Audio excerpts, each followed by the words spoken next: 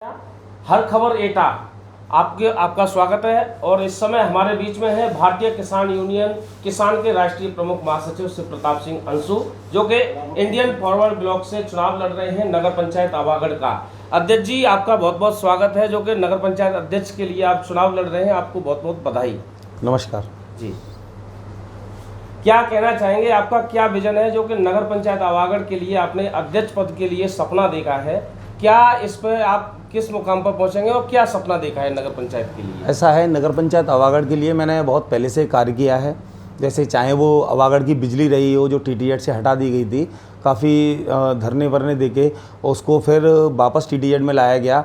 दोबारा एक समस्या आई थी आवागढ़ प्राथमिक स्वास्थ्य केंद्र की।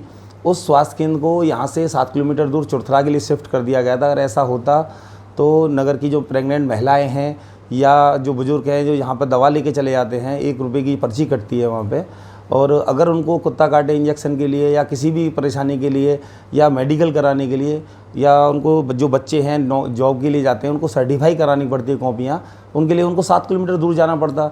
तो यहाँ पर क्या है कि अब जब से यहाँ पर धरना वगैरह देके MBBS डॉक्टर की नियुक्ति भी हुई है, आशा वर्कर्स की जो पोस्टिंग और मीटिंग है वो सारी यहीं होने लगी हैं, तो इससे काफ़ी लोगों को राहत हुई है। मैंने बहुत पहले से नगर के लिए काम किया है, चाहे वो अंत्येष्टि स्थल हो या नगर की अन्य कोई भी समस्या रही हो, सड़क बिजली पानी की, उन्होंने पहले से काम किया है और आगे भी इस तरह का कार्य करते रहेंगे। वहीं इस समय भारतीय जनता पार्टी से निवर्तमान चेयरमैन है और 3 बार से चेयरमैन रहे हैं ठाकुर महेश पाल सिंह, और उनका कहना है कि उन्होंने नगर में विकास कराया है। इससे पहले जब वो चेयरमैन नहीं थे और जब उन्होंने कमान संभाली तो नगर में लोग आते थे तो यहाँ गड्ढे थे, काफ़ी समस्याएं थी, और उन्होंने विकास किया है और वो अपने विकास के दम पर जीत का दावा कर रहे हैं। आप किसके दम पर दावा कर रहे हैं अपना, जो कि आपको जनता सपोर्ट करे? अगर देखो उनके विकास की बात की जाए तो अभी 2-3 दिन पहले बारिश हुई थी, तो आपने देखा होगा कि गलियों में कितना पानी भर गया था, और आपने जहाँ देखा होगा जो छोटी बस्तियाँ हैं उनमें कहाँ तक पानी पहुँच गया था, कितना जल भराव हुआ था। और जल भराव सिर्फ इसलिए कि उन्होंने अब तक जेब भराव किया है अपना। जब जेब भराव करेंगे तो जल भराव तो होगा ही। और उनके विकास कार्यों की बात की जाए तो दुनिया जानती है कि 8,000 रुपये की जो लाइट है उनके बिल 24-24 हज़ार के लगाए हैं। नगर में कितना भ्रष्टाचार किया, 1 करोड़ 65 लाख गौशाला में निकाला है, 97 लाख रुपये की तालाब की निकासी है। अगर उनकी पोल खोली जाए तो मैं समझता हूँ कि कहाँ पहुँचेंगे वो। उन्होंने हमेशा भ्रष्टाचार किया है, और आप जानते होंगे कि 15 साल पहले कि माननीय पूर्व नगर प्रतापक क्या था और आज वो क्या हैं। आप वो बताइए, आप उनके धंधे क्या हैं उनके, वो बताएं, सार्वजनिक करें, उनकी संपत्ति है कितनी और उन्होंने अब तक किया क्या है। लोगों को बस समझे, ये तो समझाएं वो हमको। तो आप किससे मानते हैं कि आपकी फाइट किससे यहाँ पर होने वाली है? ऐसा है कि पिछले 5 साल में तो पूर्व नगर प्रधान ने कोई कार्य किया ही नहीं है। मैं समझता हूँ कि उनसे फाइट होना तो कोई मतलब ही नहीं बनता। मैं समझता हूँ वैश्य एकता परिषद की तरफ से कोई निर्दलीय प्रत्याशी है तो फाइट मेरी समझता हूँ उनसे रहेगी। यदि आपको यहाँ जनता आवागढ़ नगर पंचायत से मौका देती है और आप चेयरमैन बनते हैं, तो आपने नगर के लिए क्या सोच रखा है? क्या ऐसा नया करेंगे जो कि आवागढ़ नगर के लोग आपको ये सपना साकार होते देखें? ऐसा है, आवागढ़ नगर के लिए बहुत सारी जो मुद्दे हैं जो अभी बरकरार बने हुए हैं। सबसे बड़ा मुद्दा तो मैं समझता हूँ कि बंदरों का है, यहाँ आवारा कुत्तों का है कि मैं समझ लोगों की जनहानि भी हुई है और डेली उनको परेशानी का सामना करना पड़ता है। बच्चे निकल नहीं पाते हैं, लोग अपना ढंग से मकान नहीं बना पाते हैं। तो एक तो बंदरों की इतनी बड़ी समस्या है, दूसरा यहाँ पर जो गरीब तबका है उनकी वृद्धा पेंशन है, विकलांग पेंशन है, या आधार कार्ड पेंशन, जो भी इनके कागज़ होते हैं, सरकारी आवास के कागज़ होते हैं, वो सब के लिए उन्हें जलेसर और एटा के लिए भागना पड़ता है। मैं समझता हूँ एक जन सेवा केंद्र टाउन एरिया के अंदर खुलना चाहिए, जिसमें सारे सरकारी सुविधाओं के कागज़, चाहे वो आयुष्मान कार्ड हो या कुछ भी हो, उसके सभी कागज़ निःशुल्क बनाए जाएँ, और उन्हें जलेसर और एटा के चक्कर न काटते हुए जो अधिकारी हैं वो एक दिन उनका समय निकाला जाए कि वो आवागढ़ आके उनको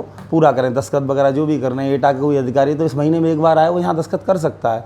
दूसरा एक और चीज़ है, अगर युवाओं की बात की जाए तो मैं समझता हूँ यहाँ पर उनके लिए एक बड़े पुस्तकालय की आवश्यकता है। खेलकूद के लिए लोगों के लिए पार्क नहीं है। दूसरा, यहाँ पर जो सफाई कर्मचारी हैं उनकी तनख्वाह पूरी नहीं आती है, और स्थिति यहाँ बद से बदतर तो ऐसे ही है। तो बहुत सारी ऐसी चीज़ें हैं, उसके लिए अपना मैनिफेस्टो मैंने नगर में दिया हुआ है। जो वादे मैंने नगर के लिए कहे हैं उनको मैं पूरा करूंगा। और मैंने एक और लास्ट में एक लाइन लिखी है कि यहाँ जब तक जो भ्रष्टाचार हुआ है इन 15 सालों में या 20 सालों में जो भ्रष्टाचार हुआ है उसको पूर्ण रूप में पूरा उजागर करेंगे और जनता के सामने रखा जाएगा कि विकास का पैसा जो नगर प्रधान ने अपनी जेब में रख रखा है उसका भी एक हिसाब लिया जाएगा। ये मेरी थोड़ी सी प्रमुखता है।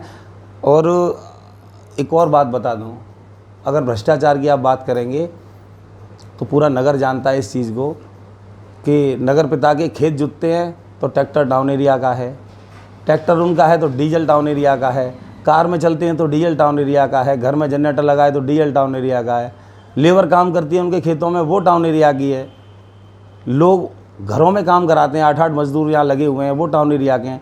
92 कर्मचारी की तनख्वाह आती है, 48 कर्मचारी नियुक्ति पे हैं। ये 40 कर्मचारी कौन है जिनकी तनख्वाह आती है? उनके रिश्तेदारों की, उनके मिलने वालों की।